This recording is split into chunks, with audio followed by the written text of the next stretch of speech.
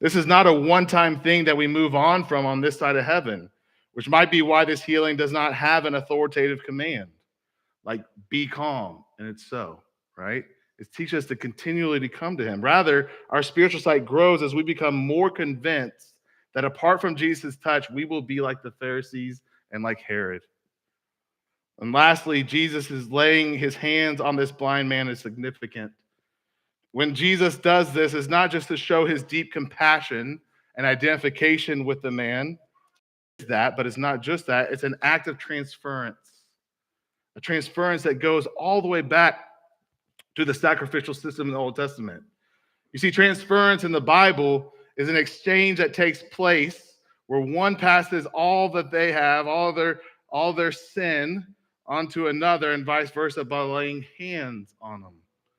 That's why the priests would lay their hands on the spotless sacrifice before they would sacrifice it for their sins in the Old Testament, signifying a transference of their sins to the sacrifice, the spotless one. Jesus is giving us the sign. He's giving us a sign that the Pharisees so clearly miss.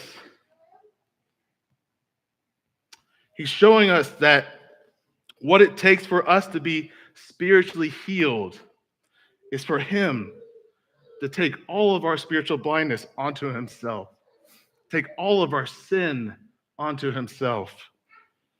The reason you and I can bring our spiritual blindness to Jesus and receive his healing touch over and over and over again, even when we don't realize he's in the boat with us, is because he takes the blinding darkness of his Father's wrath for our sin and gives us the clear light of his perfect spiritual sight.